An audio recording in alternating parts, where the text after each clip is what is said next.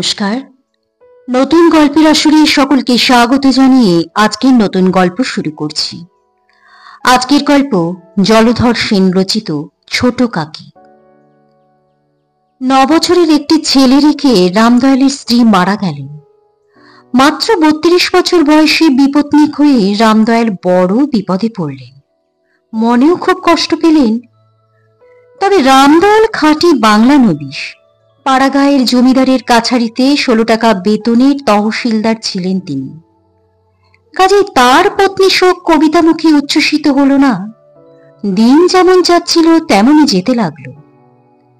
কিন্তু রামদয়াল বড় বিপদে পড়লেন। বাড়িতে তার স্ত্রী ছাড়া দ্বিতীয় কোনো স্ত্রী লোক তো আর ছিল না।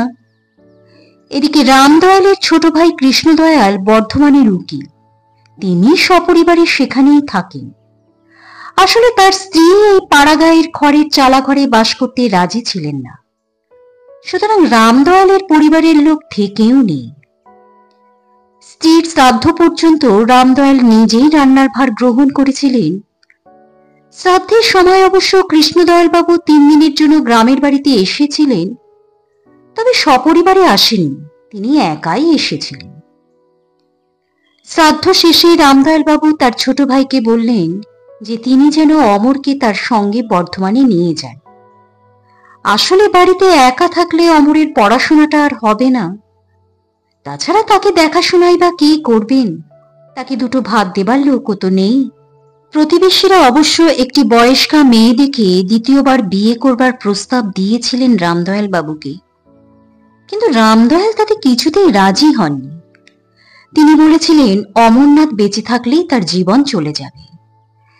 এদিকে কৃষ্ণদয়াল বাবু দাদার প্রস্তাবে অসম্মতি প্রকাশ করতে পারেননি, তাই মনে মনে অনিচ্ছা থাকলেও তাকে দাদার প্রস্তাবে রাজি হতে হয়েছে।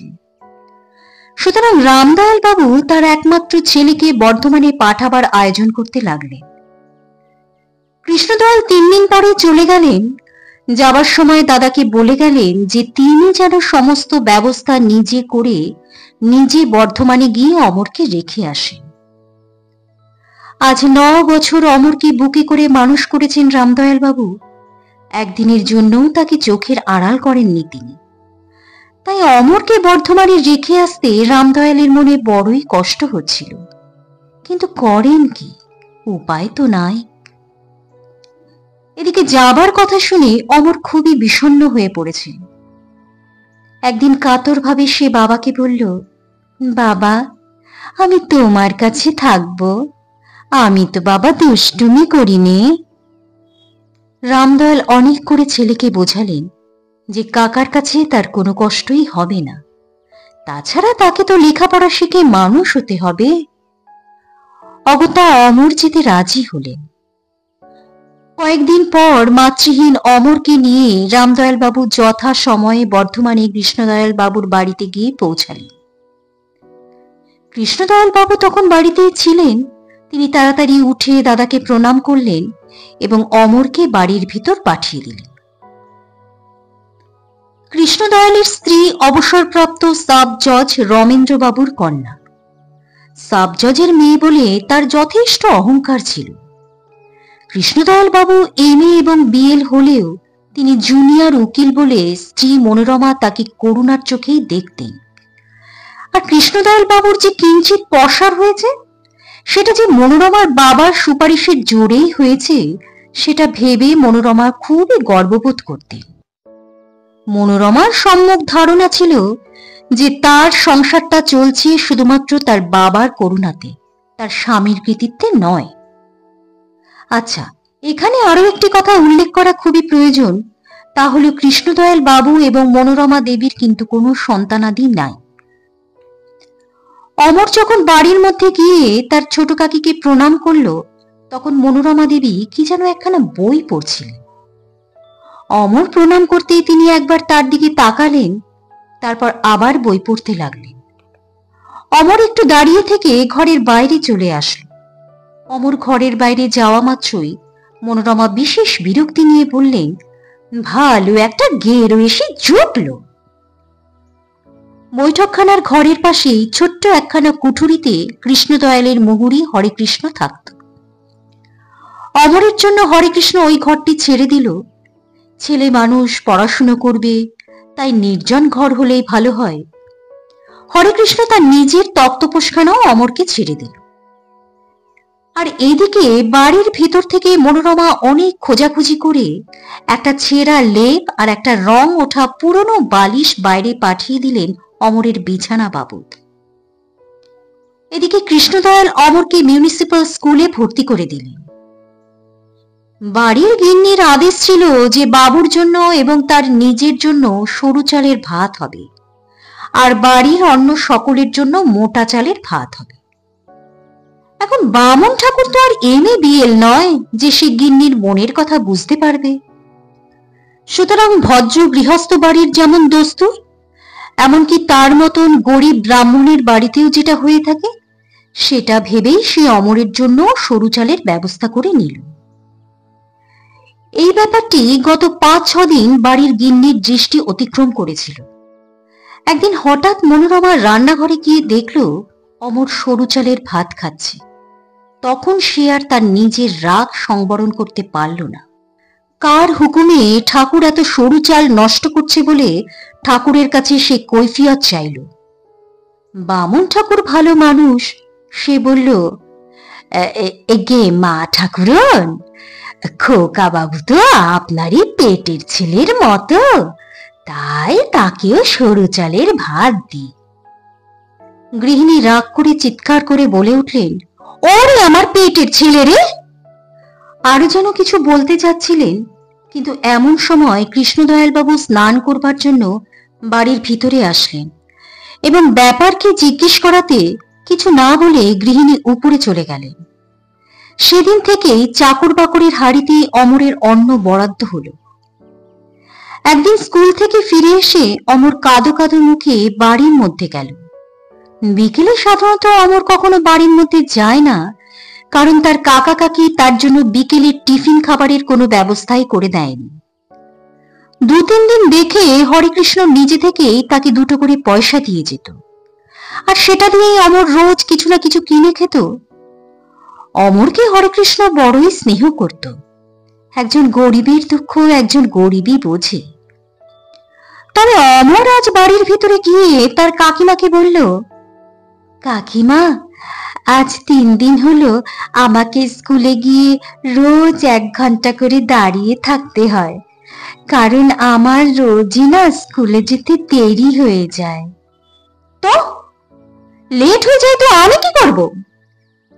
না, মানে আপনি যদি ঠাকুরকে একটু বলে দেন, তাহলে সে আমার জন্য সকাল সকাল একটু ভাত করে দিতে পারে। ওসব হবে টবে না। তোমার জন্য সাত সকালে ভাত রাঁধতে বসবে কে? সকলে যখন খায় তখনই খেতে হবে। তাতে থাকতে পারলে থাকো, নইলে নিজের দেশে চলে যাও। বড় একেবারে ঠাকুর পুত্র এসেছে না আমার। অমর আর কোনো কথা বলতে পারল না, শুধু কেঁদে ফেলল। বিকেলে হরেকৃষ্ণ যখন বাড়িতে এলো, তখন তাকে সব কথা খুলে বলল। হরেকৃষ্ণ লেখাপড়া খুব সামান্যই জানে, কিন্তু সে খুবই নরম মনের মানুষ। সে সব শুনে অমরকে বুঝিয়ে বলল, কেঁদো না ভাই, কষ্ট না করলে কি আর পড়াশোনা হয়? বিদ্যাসাগরের নাম তো জানো, তিনি কত কষ্ট করে পড়াশুনো করেছিলেন, তাই তো তিনি বিদ্যাসাগর হয়েছিলেন। তুমিও কষ্ট করছো, তুমিও বিদ্যার সাগর হবে। আজ আমি বাবুকে বলে সকালে তোমার ভাতের ব্যবস্থা করে দেব।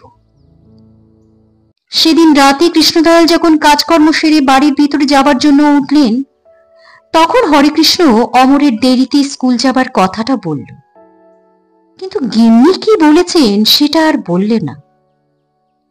কৃষ্ণদয়াল বাবু শোয়ার ঘরে গিয়ে মনোরমাকে বলল, দেখো, ঠাকুরকে একটু বলে দিও কাল থেকে যেন একটু সকাল সকাল রান্না করে। আসলে অমরের স্কুলে যেতে দেরি হয়ে যায় কিনা, আর তার জন্য তাকে নাকি স্কুলে শাস্তিও পেতে হয়। মনোরমা এই কথা শুনে ভীষণ রেগে গিয়ে অত্যন্ত চিৎকার করে বললেন, তা তোমার চাকর, তুমি হুকুম করলেই পারো, আমি কোথাকার কে যে তোমার চাকরির উপর আমি হুকুম চালাতে যাব? আমার তো একটা মাত্র পেট, খেতে দিতে অসুবিধে হয় তা বললেই পারো, আমি বাপের বাড়ি চলে যাব। তারা তো আর আমাকে ফেলতে পারবেন না। শুধু শুধু আমাকে এত অপমান কেন বাপু? এখন ভাইপোই তোমার আপন হলো, আর আমার বাবা যে বিয়ের সময় তোমাকে এতগুলো টাকা গুনে গুনে দিয়েছিল, তা এখন মনে থাকবে কেন? কৃষ্ণদয়াল একেবারেই নিরুত্তর হয়ে রইলেন এবং ধীরে ধীরে বাড়ির বাইরে চলে আসলেন।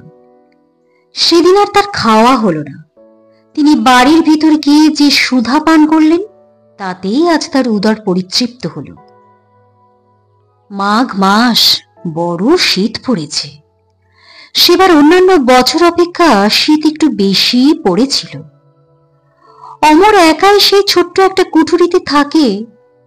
অমর ছেলে মানুষ, কতই আর বয়স হবে, মাত্র তো 9 বছর। একদিন রাতে ঘুমের ঘোরে ভুল করে সে বিছানা ময়লা করে ফেলেছিল। সকালে ঘুম থেকে উঠেই অমর তার সুখ দুঃখের একমাত্র সাথী হরেকৃষ্ণকে খুবই সংকুচিত ভাবে সে কথা বলছিল। এমন সময় বাড়ির ঝি সেখান দিয়ে যাচ্ছিল। সেদিন আবার সকালে খুবই বৃষ্টি। একে মাঘ মাস, তাতে আবার বৃষ্টি, শীত যেন আরো বেশি হয়ে উঠেছিল। ঝি জিজ্ঞাসা করল, কি হয়েছে লা? হরেকৃষ্ণ বলল, না না, তেমন কিছু নয়। আসলে বাচ্চা মানুষ তো, রাতে উঠতে পারেনি, তাই ঘুমের ঘোরে আর কি। ব্যাস। বাড়ির মধ্যে গিয়ে সে কথা ঝি মনোরমাকে বলে দিল। তখনও বৈঠকখানায় লোকজন আসেনি, তখনও বাবুর ঘুম ভাঙেনি। তার আগেই মনোরমা একেবারে বৈঠকখানায় গিয়ে হাজির হলো। লক্ষ্মী ছাড়া, হ্যাঁ, এত বড় সাহস! তোল, বিছানা মাদুর সব এক্ষুনি তোল, এক্ষুনি পুকুর থেকে সব কেটে নিয়ে আয়, যা। কি আমার আদুরে গোপাল রে! এরই মধ্যে হরেকৃষ্ণ যেন কি একটা বলতে যাচ্ছিলেন, গৃহিণী তাকে এক ধমক দিয়ে নিরস্ত করলেন। আবার তিনি হুকুম দিলেন, তোল, বিছানা তোল, এক্ষুনি কেচে এনে নিবি সব, তবে আমি এখান থেকে নড়ব। 9 বছরের ছেলে অমরনাথ ভয়ে একেবারে এতটুকু হয়ে গিয়েছিল। কিন্তু কি আর করবে? সেই শীতের দিনে, সেই বৃষ্টির মধ্যে কোচার কাপড়টা গায়ে দিয়ে প্রথমে লেপটি নিয়ে বৃষ্টিতে ভিজতে ভিজতে পুকুরে গিয়ে সেটা কেচে নিয়ে এলো। তারপর সেই ছেঁড়া মাদুরটি নিয়ে আবার ঘাটে গেল।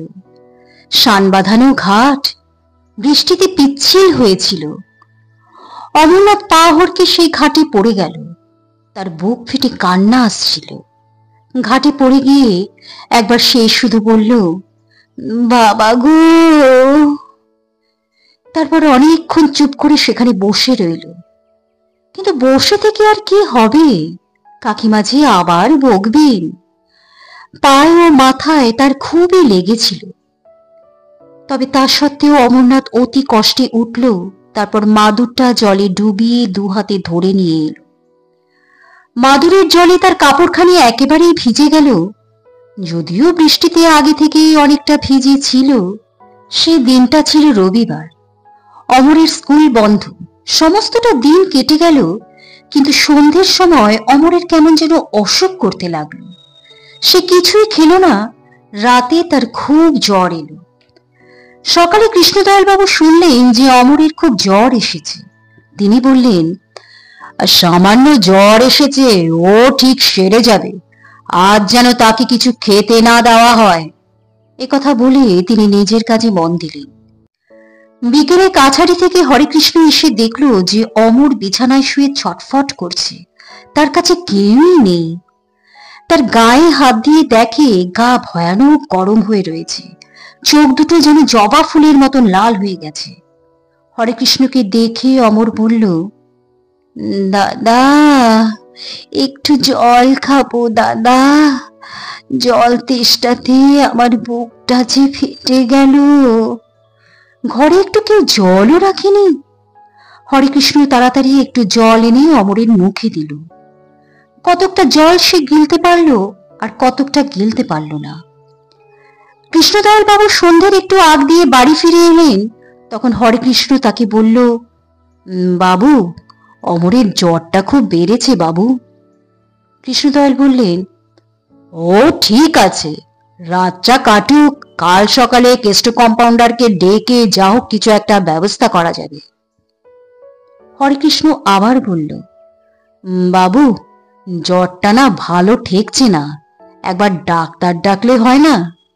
না হে, অত ব্যস্ত হলে কি চলে? আর তা না হয় তুমি সরকারি ডাক্তারখানায় গিয়ে আমার নাম করে একটু ফিভার মিক্সচার এনে দাও। হরেকৃষ্ণ বিষণ্ণ মুখে র্যাপারখানি গায়ে দিয়ে ডাক্তারখানায় গেলেন। কিন্তু সে প্রথমে ডাক্তারখানায় না গিয়ে একেবারে স্টেশনে চলে গেল। সেখানে গিয়ে প্রথমে রামদয়ালকে সে একটা টেলিগ্রাম করল। তারপর ডাক্তারখানাতে গিয়ে সেখান থেকে ফিভার মিক্সচার নিয়ে বাড়ি ফিরে এলো এবং হরেকৃষ্ণ ইশারা রাত ধরে অমরের দেখাশুনো করল। কিন্তু জ্বর কিছুতেই থামল না। রাতে জ্বরের ঘোরে প্রলাপ বকা শুরু হলো। সকালবেলায় কৃষ্ণদয়াল বাড়ির বাইরে এসে দেখলেন অমরের অবস্থা বড়ই খারাপ। তিনি মনে মনে অত্যন্ত বিরক্ত হলেন এবং ভাবলেন, আহ, কি জঞ্জাল, এখন তিনি করেন কি? তারপর তাড়াতাড়ি সরকারি ডাক্তারকে আনতে পাঠালেন। বেলা 9টার সময় ডাক্তার আসলেন। রামদয়ালও তখনই এসে উপস্থিত হলেন। ডাক্তার রোগীকে দেখে বললেন যে রোগীর জীবনের আর কোনো আশাই নেই, বেলা 12টা পর্যন্ত থাকে কিনা সন্দেহ। ডাক্তার ওষুধ দিলেন, কিন্তু অমরের প্রলাপ ক্রমেই বাড়তে লাগলো। আর এদিকে অমরের শারীরিক অবস্থাও ক্রমশ খারাপ হতে লাগলো। রামদয়াল তার একমাত্র পুত্রকে কোলে নিয়ে স্থিরভাবে বসে থাকলেন। অমর একবার চমকে উঠেই পরক্ষণেই আবার বলছে, কাকিমা, আমি আর বিছানা খারাপ করব না কাকিমা। ঠিক তারপরে সবকিছু চুপচাপ হয়ে গেল। রামদয়াল অমরকে বুকে চেপে ধরে তার নিষ্প্রভ চোখ দুটির দিকে ব্যাকুল ভাবে তাকিয়ে থাকলেন। তারপর চিৎকার করে বলে উঠলেন, ওরে অমর, তুই আমার ফাঁকি দিয়ে চলে গেলি বাবা, আমি আর কি নিয়ে সংসারে থাকবো রে। অমরের ছোট কাকি বাড়ির ভেতর থেকে অত্যন্ত বিরক্তি ভরে বলে উঠলেন, আহ, কোথাকার আপদ কোথায় এসে মরে তা ঠিক নেই, এটা বিদেয় হবে কখন। নমস্কার, আজকের গল্প এখানেই শেষ হলো। গল্পটি যদি ভালো লেগে থাকে প্লিজ একটি লাইক করে চ্যানেলটিকে প্লিজ সাবস্ক্রাইব করে পাশে থাকবেন। ধন্যবাদ।